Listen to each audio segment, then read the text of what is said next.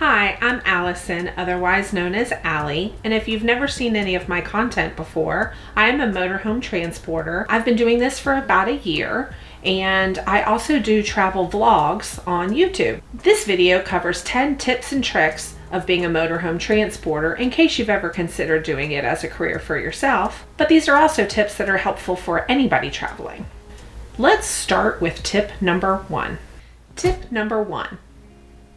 If at all possible, work for multiple companies. Let me back up for just a moment and explain to you the 3 different types of transport drivers. There's drive-away drivers, which means you are physically driving the unit. There are tow-away, which is where you own your own truck. It has to be a dually or greater. It has to have like certain specifications. You're pulling one camper or fifth wheel. And then there's haul-away drivers, which are people that, again, own their own truck, and then they have a flatbed trailer, and they put multiple travel trailers on top of those. If you are a drive-away driver, like I am, you can work for multiple companies. However, if you're a tow-away or a haul-away, you can only work for one company because your insurance has to be tied to that company. Unless you want to be a tow-away and haul-away driver as well as a drive-away driver. So it really depends on what your preferences are. This, by the way, is not a hidden secret about working for multiple companies. All the companies that I work for actually recommend you do so. The reason for this is because, let's say company number 1 is your primary one that you work for.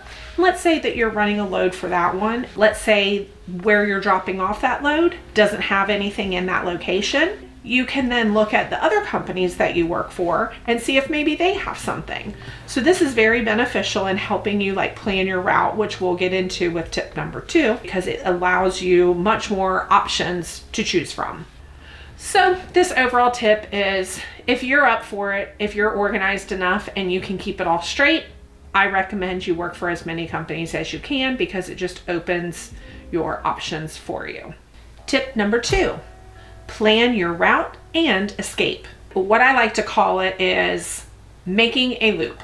You want to make it where you're picking up an item, a load, and you're picking it up here and dropping it off there, then picking up there, then dropping off there, then picking up there, then dropping off there, picking up there, dropping up, because you want there to be as least amount of possible of travel time in between your 2 routes, because if you're not driving, you're not making money. So I like my pickup and drop off locations to be as close as possible. Part of the planning your route is using your log, which we'll get to logs later, to plan your stops. So I try to make it where I have my stops at a location that is either somewhere that I want to visit, that I want to walk around at, or at a comfortable location for me to sleep at. Also for my drop-offs, you need to be aware of any cutoff times for drop-off locations. So if you're dropping off the motorhome at a dealership, you want to be aware of what time that dealership closes. And then you also want to ask them what their cutoff time is, because a dealership may be open till 7 o'clock at night. However, their cutoff time for drop-offs is 4 o'clock. That's mostly the case at dealerships that I drop off at. So what I always do is, once I have a unit in my hands, I'm driving the unit, I contact my drop-off location and I ask them, or first of all, I tell them I'm en route, but I also ask them what their drop-off time is, because I need to plan my route accordingly. Also, I need to plan my escape accordingly, because once I drop off the unit, okay, now what am I doing? Am I getting on a plane? Am I getting a rental car? Am I getting an Uber? Am I picking up another unit? What is it that I'm doing? So I need to always know my drop-off times. I also will always need to know what the times are for flights, obviously, rental cars, what time will I be dropping off the unit, and is it late at night? So you just need to be aware of cutoff times and closing and opening times for all the places that you're going to be going. So just overall, that's part of your route planning. I've actually had instances where I have been at a location where I was dropping off a unit and I had no way out. So it's very, very, very important to know where you're going, what time of day you're going to be there, and how you're going to get out of there. So that's what I mean by escape. Tip number 3, be aware of the weather, not only at your destination, but also on the route along the way. Make sure that you plan accordingly and pack accordingly. The places that I'm traveling to can be all types of weather. So that means I need to pack accordingly depending on the type of, or the season of the year. I could literally in 1 day or 1 week's time go from 90 degrees to 60 degrees to 20 degrees in 1 week's time. During the summer, believe it or not, you would think it's warm everywhere. It's not always warm everywhere. Sometimes we go up into the mountains and it's like a little chilly at night. So you want to make sure again that you have layers. I try to pack them as small as possible. I have a duffel bag. Here it is. I have this duffel bag, and when I get home, I pretty much wash the clothes that are in it and put them right back in it immediately. These are pretty much just my travel clothes that I use all the time. I don't change them in and out a lot. I pretty much wear the same thing on every trip. If you get in a pinch and you end up staying out longer than you originally anticipated, or longer than you had enough clothes packed for, there are truck stops like Love's, Flying J, Pilot, those types. A lot of them have laundry rooms in them. There's also some hotels that have laundry rooms in them, and then obviously a laundromat. And a lot of those also sell the detergent. So if you do get in a pinch, you can do some laundry while you're out on the road. So I talked about packing, and now let's talk about like route planning. What I mean in particular about weather is you need to plan for not just where you're going, but what kind of weather you're going to hit along the way. In particular, right now it's December when I'm filming this, and there are some places where there is no snow at the destination, but you will hit snow on the way there. So you need to be aware of that. Make sure you plan accordingly. I highly recommend, if you're not familiar with driving in snow, you learn how. Pay attention to wind, pay attention to snow, rain, road conditions. Another little side note, in North Carolina, there was a major hurricane that came through and there's road closures. So overall, it just has to do with like weather planning, route planning, trip planning, packing planning, plan. If you haven't noticed, the theme of this whole video pretty much is plan for anything that could possibly happen. Tip number 4, make sure that you have all the equipment that you need to complete the transport trip. And I personally like to keep it packed even when I get home. First and foremost, I try to travel as light as possible. This bag is what I call my equipment bag. So first and foremost, this particular suitcase is the size of suitcase that you can use as a carry-on on a flight. I personally don't want to travel with anything larger because I don't want to have to check a bag. The reason for that is because God forbid it got lost, I now can't do my job. So I make sure that I book a flight where I'm allowed a carry-on and a personal item. This counts as my carry-on, my duffel bag counts as my personal item, and I'm good to go. So what I keep inside my equipment bag is, these are kind of personal items obviously, but first and foremost, a pillow. Number 2 is a blanket. Believe it or not, this is a blanket. It is a heated blanket. It's got a USB cord in it. Plugs in to a USB charger. It is machine washable, which is awesome. I found this on Amazon, by the way. But anyway, it zips up and the blanket is inside. It's perfect. Just a side note back about this suitcase. I personally love this suitcase because it's got all these handy dandy little pockets in it, just to kind of go through it all. Here I have like extra chargers, the little cigarette lighter chargers for USB, wall chargers. I have painter's tape. This is very helpful for, I digress for a moment. Another thing I have to carry, every company has documents that you have to have with you at all times. Any like legal required documents that they have. Each company also has placards that you have to place on the windows. So I have placards. These are the placards for that company. And then I also have license plates. In Indiana, they require 2. These are the license plates for that company. So, where this painter's tape comes in handy is for attaching the placards to the windows. So I personally, like I had mentioned before, I travel for 6 different companies. I transport for 6 different companies. I have 2 notebooks that I keep, and all 6 companies are contained within these 2 notebooks. So, painter's tape, that's why I have that. So it's my extra power bank. The reason why I had to buy this actually was because one time I picked up a UPS truck. FYI, UPS trucks don't have power sources in them for your phone. And I was driving that UPS truck like 900 miles. My phone was not going to make it that entire trip. So I had to stop and get a power bank. We also have to have a toll transponder. This is for paying tolls. With all the companies that I work for, I get reimbursed for tolls. So the way that I can get reimbursed, you have to have a receipt. So you either have to go through a lane that will physically give you a receipt, or you can do it on your toll transponder and then just download the receipt after the fact and turn it in with your company. So that's what that's useful for. We're also required to have a dash cam, the mount that goes with it, that mounts it to the window, and then the charger for it. It has 2 types of chargers. It's got a USB charger and the cigarette lighter charger. And by the way, a lot of companies will tell you the minimum requirements. Most of them, it is a dash cam, a toll transponder. Those are part of the standard requirements. They'll also mention safety triangles. Let me digress for a moment. With safety triangles, there are 2 different types. One is where they come in a case. You have to have 3. They come in a case. The weighted ones will be weighted in the bottom of them with sand. Anytime that you go through security at the airport, you will get flagged. Those are the ones that I started with. It adds a lot of weight to your baggage. Like I said, I try to travel light, but those weigh about 20 pounds. There's a second type of triangles where they have like suction cups at the bottom.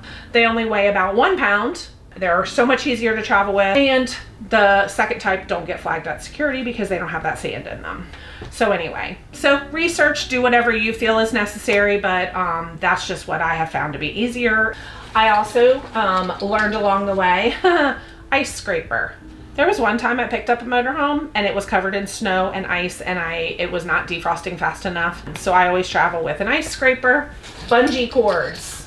These are useful for attaching anything to anything. Zip ties, kind of the same reason. It's for attaching license plates to the back of a unit if there's not a bracket for you to attach the license plate to. I personally have a screwdriver with all the additional little heads. So there's a Phillips head that's on here, and then I also have flathead and then the other types too. You never know what kind of screw you're gonna have on the unit, so I travel with these. I also have these. There's some units, the placards or the front license plate, they may have like a flap of something and you can attach the front license plate with these to the windshield visor, or some things you can attach the placard with these clips. Flashlight, I've got a couple of them. I highly recommend flashlight. Sometimes you're picking up a unit in the middle of the night and these come in very much handy. Extra screws. Sometimes you'll pick up a unit that has no screws at all. So I have my own screws. So that's kind of it for making sure you have the proper equipment. Check with your company that you work for and make sure there's nothing additional that they require. But I have all 6 of the companies that I work for. I have them all covered with this one bag. Tip number 5 is make sure that the vehicle you're transporting is in good working operating condition. Let's head on outside for me to show you the motorhome that I'm currently transporting. So you always want to do an inspection of the entire unit all the way around the outside. What I'm looking for is any damage, any dents, dings, scratches, any of the decals peeling or anything like that. And what I do is I always have my camera with me, my phone with me, and I'm taking photos of the entire unit.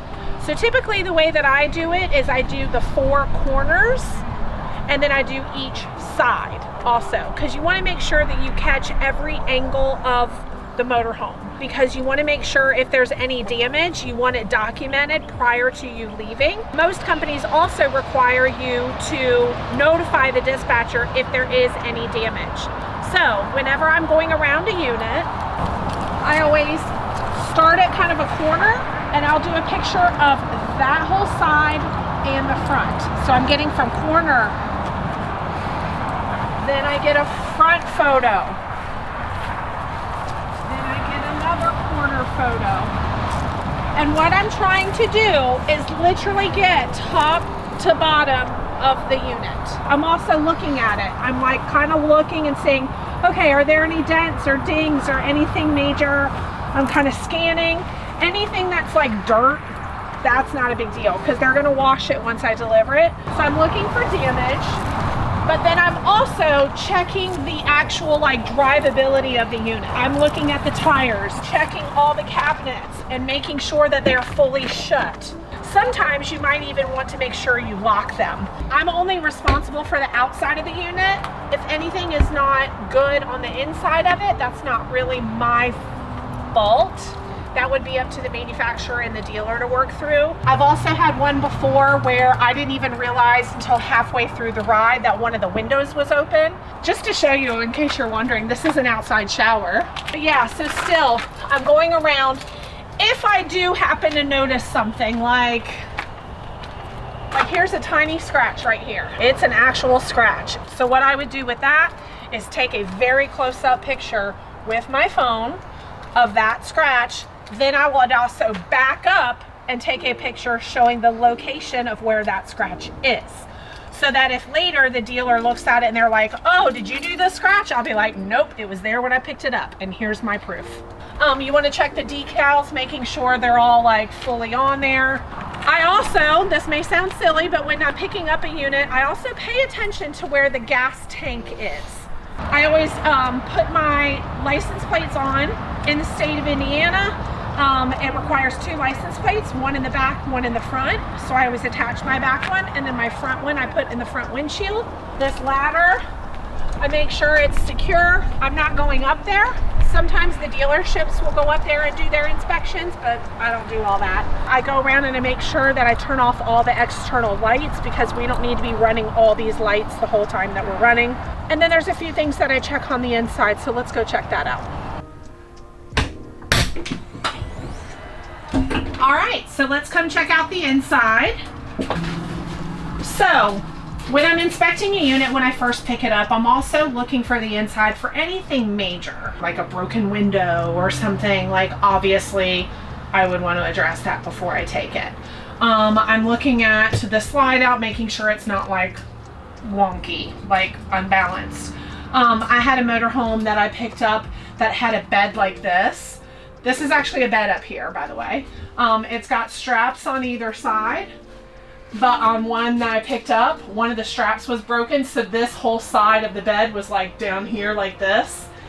I noted that. I talked to my dispatcher before I drove it. They had me go ahead and take it because they said it happens all the time apparently, but I just kind of walk through the unit. I look and go, okay, yep, nothing major, nothing major, nothing major. You know, I'm looking at the windows again, making sure they're closed because in case it rains while I'm driving, I don't want any rain coming in. But I'm just kind of walking throughout the unit. Paperwork for the unit typically is held either in the refrigerator, believe it or not, or in one of these cabinets up here. I just glance in there, make sure the other set of keys is in there, and make sure a bunch of paperwork is in there. But then I come up to the driver compartment. I always have all of my equipment with me, like my chargers and things like that. I go ahead and I start the unit, make sure it starts. Thumbs up, this one does. If it does not start, most of the yards where I pick them up either have a jump box at the yard, or if you're at an empty lot where there's nobody at, which that's sometimes the case. If that's the case, hopefully there's another driver there. But one note that I wanted to say, there's a tip.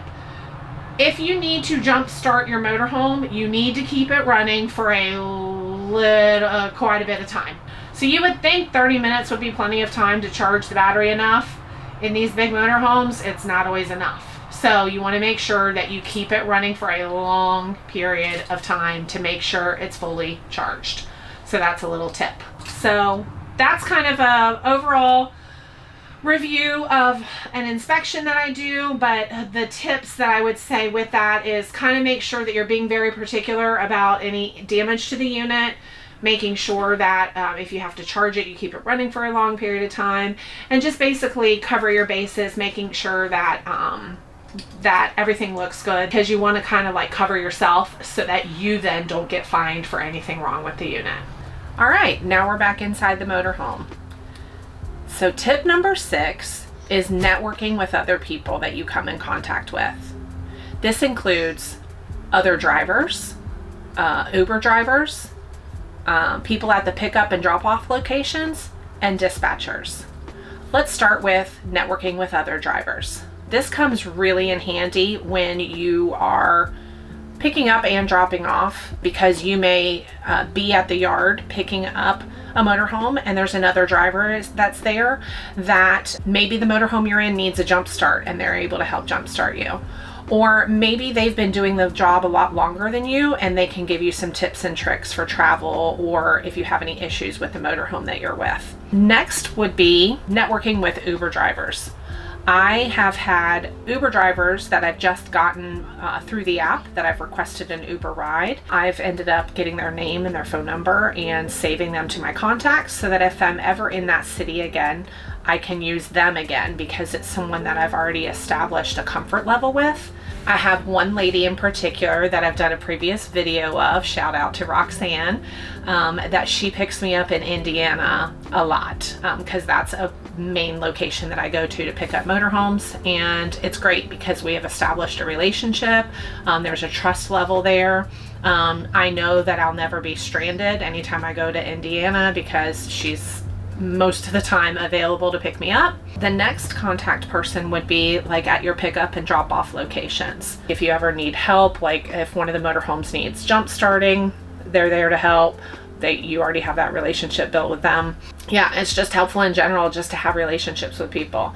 At drop off locations, it has really helped as well, because there's been times where, let's say the cutoff time at the motorhome location was like 4 o'clock in the afternoon, let's say, and I hit some traffic or some bad weather or something, and I'm actually going to be there at like 4:30.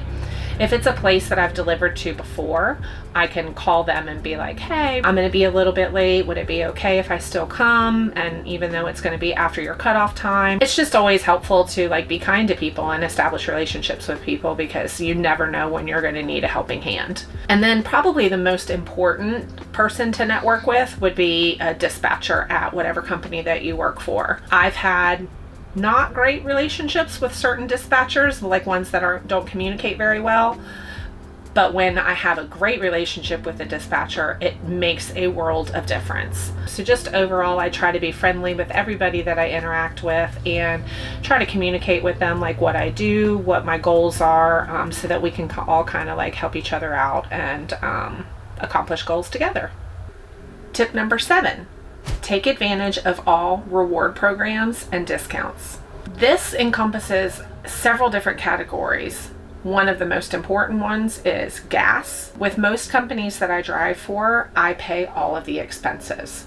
There are some companies where they pay less per mile and they pay all the expenses, but most companies with motorhomes, they pay more per mile, but we pay all the expenses. So that's when the discount clubs and the points clubs come in real handy, because if the expenses are coming out of my pocket, I want to minimize those expenses as much as possible. So one of the ways that I do this is by joining every gas club that there is. The primary truck stops are Love's, Flying J, and Pilot. My favorite that I use is Love's. I don't know why, it just happened to be kind of the first one that I became familiar with. So I joined their club, and it's called My Love Rewards. With this, you accumulate points that you can use towards any kind of like services that they have. They have laundry rooms and things like that. But one of the most important discounts that they do is you get 10 cents off per gallon on regular gasoline, or 15 cents off per gallon on diesel. So obviously that helps when you're filling up a 40-gallon motorhome. 10 cents per gallon makes a difference. So all of these, you use them every time you buy gas, and you accumulate points, and you can use those points for different things. So first and foremost, I would highly recommend you join any type of gas discount programs. The second thing would be kind of in relation with the gas is there's two apps that I use. One of them is called Get Upside. Another one is called Gas Buddy. Get Upside is just on your phone. It's just an app on your phone, but Gas Buddy actually has a card that comes with it. With these, you can look up on the app of where, what gas stations offer the discounts. So it's not every gas station, it's very specific ones. So what it does is it's GPS located. So whenever you're at an exit, you can look on your app and see where is the nearest discount gas station, and it'll tell you what the gas will actually be. So the posted price on the sign may be $3.09 per gallon, but on the app it's saying you'll only pay $2.99 per gallon. You go and you fill up your gas tank, and then what'll happen is they'll give you that money as like cash back on your account, on your Gas Buddy or your Get Upside account. And you can accumulate that money, and then you can like cash out that money. I personally cash it out for actual money into my bank account, but you can also cash it in for gift cards. Both of those programs work the same. The next category is hotels. Obviously, as a transporter, we stay in hotels a lot. The city that I stay in hotels in the most, though, is in Indiana. Well, not city, I guess I should say state. There are a lot of little small towns up in Indiana where motorhomes are manufactured. A ton of transporters come through that area.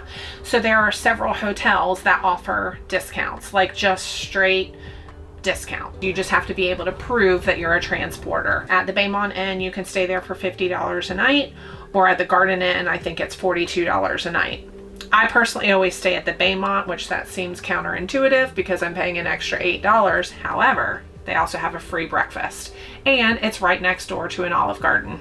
Bonus. But then there's also a club, I guess, whatever, called CLC Lodging. You have a card like this. With that, it's very similar to like Expedia, Travelocity, like those types of programs, in that you can just get discounts on rooms. It's not at every hotel, and it's not like, it may be at a Hampton Inn in this city, but it's not at the Hampton Inn in another city. When you become a transporter, I definitely recommend you join that. You get a card like I just showed you. You attach your card, your credit card or debit card, or however you want to pay for it.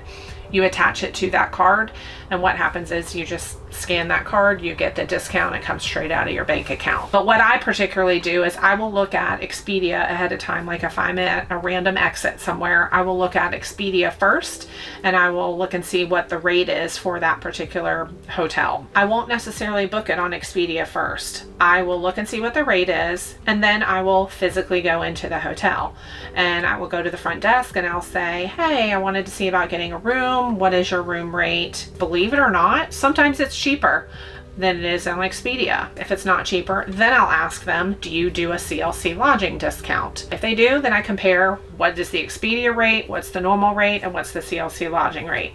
And whatever's the cheapest, I book it through that. So just be very aware of different discount programs that you can use for, you know, your stays at hotels.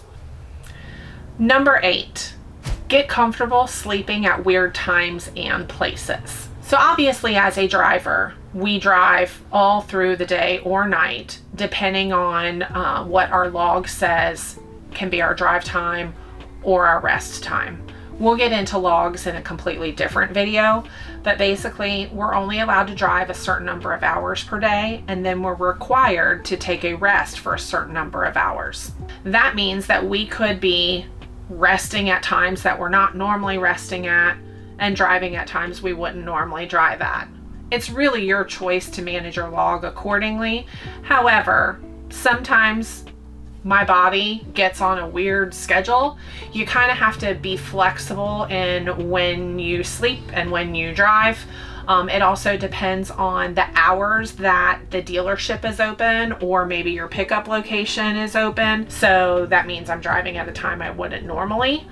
I tend to be a daytime driver and then try to sleep at night, but sometimes it just doesn't work out that way. Also within that is getting comfortable sleeping at different places. There have been times where I have been just beyond tired and I am putting people in danger if I continue to drive. So I have to pull over. And I may be in the mountains of Colorado or something. I may be somewhere where there's not many options. And there's been times where I've had to sleep at a hotel that I wouldn't normally sleep at otherwise. You need to put safety first and make sure that you are staying at a place that is comfortable, yes, but safe, but also keeping people on the road safe. Also within that is tow away and haul away. A lot of those drivers will stay at truck stops. They will pull into a truck stop, they will park the unit there, and they will sleep in their truck. So I give the advice of being comfortable staying in different places as well, because sometimes you may be sleeping at a truck stop. A lot of the haul away and tow away drivers literally make the back seat of their truck a bed. A lot of them have little slow cookers in them. A lot of them have like little refrigerators in them. Like they literally make this mini house in their truck because they live out of their truck basically. And if you're a person that's not comfortable sleeping at a truck stop, that means you're going to need to find somewhere else to stay or maybe get a hotel. So overall, just I would say get very comfortable sleeping at some weird kind of random places.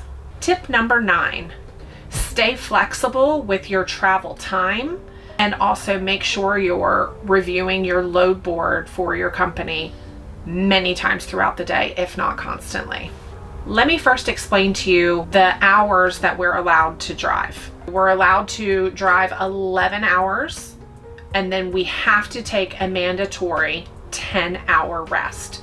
It has to be a consecutive 10 hours.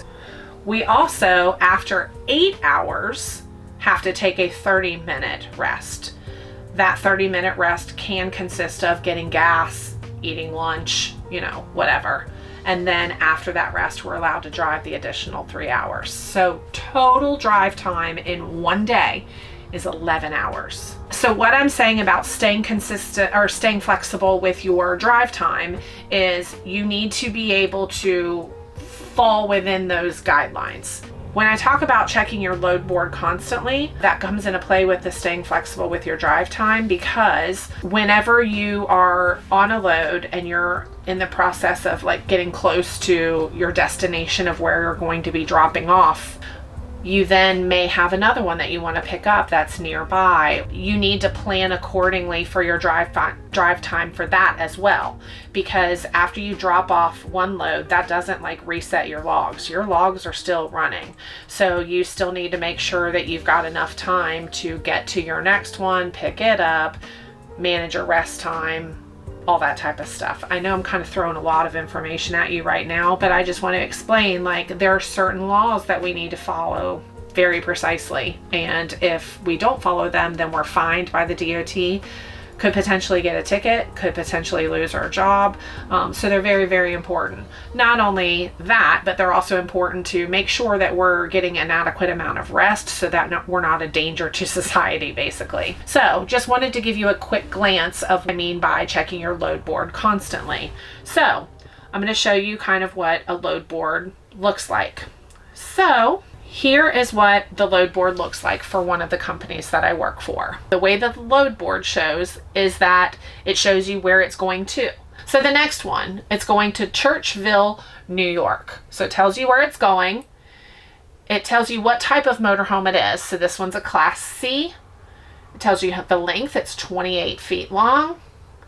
It tells you what the weight of it is, so it'll tell you if it's over 26,000 pounds, and that matters because it determines whether you need a CDL or not. Then it tells you the brand of the motorhome that you're taking.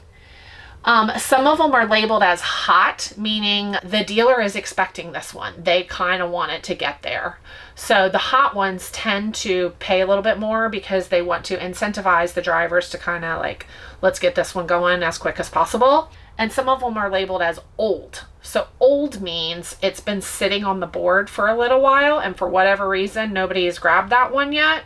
So some of those will pay you a little bit more too. So this one is a hot one. it tells you how many miles it is. This one is 493 miles, and this one is paying $1.02 per mile. So you can do the math really quick. So it's paying a little over $400 to do that load. So what I do is in my head, I'm like, okay, so I may be on a load right now that I just drove 8 hours, let's say. So this one is 493 miles. So I already know in my head I won't be able to complete that one today. I can pick it up today, but I won't be able to complete it today because I've already driven for 10 hours. I know I can really only drive 1 more hour, and then I'm going to have to take a rest for 10 hours. So that tells me right there I won't be able to complete it, but I can pick it up. The reason I'm kind of going into a little bit of this is just to explain to you managing your time effectively, making sure that you're staying within the laws, but also making it beneficial for you as well as fitting in the pickup and drop off time. So sometimes it'll have a thing on there that it'll say must be delivered by a certain date, because it may be that a customer literally is waiting on that motorhome. So if that happens, you need to know in your schedule, okay, if I already drove the maximum hours that I drove today, that I'm allowed to drive today, that means I can't do the next one because it won't be able to be delivered in time and things like that. So just overall, the biggest trick is you need to be really good at time management and knowing what the laws are, what you can and can't do, and just communicating with your dispatcher and the pickup and drop off locations so that you know that you're doing what you need to do. And last but not least, number 10, enjoy the journey.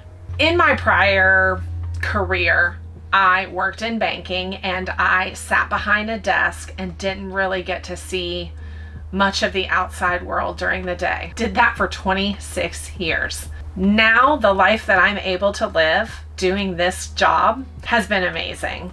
I've been able to travel to 48 of the 50 states in the last year.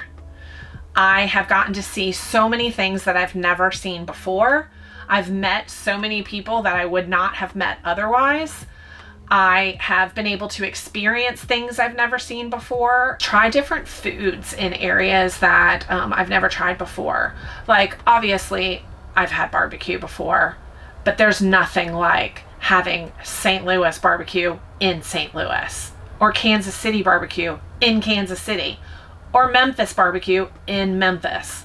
I've met some really cool people. I've sat and talked to people for like hours and heard their life story, and they have then become, honestly, like contacts and friends that I still keep in touch with. I just say, do your best to step out of your comfort zone. If there's something that you've always wanted to do, but you've always been like, oh, I don't know how I would do that, or, whatever, like, do it. You can do that on this job. Try the new foods. Go on the adventure. Stop and take a walk. Go take a hike in the mountains in the middle of the winter.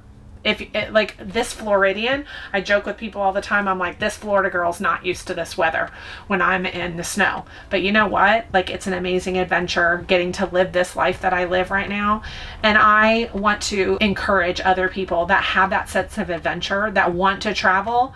There is a way that you can travel and make money doing it. I basically get paid to go on vacation, and it's pretty awesome. I love this life that I live, and I hope that you can use these tips and tricks to maybe consider doing it for yourself. If nothing else, come along on this journey with me and watch what I get to do for a living and live vicariously through me. Thanks for watching.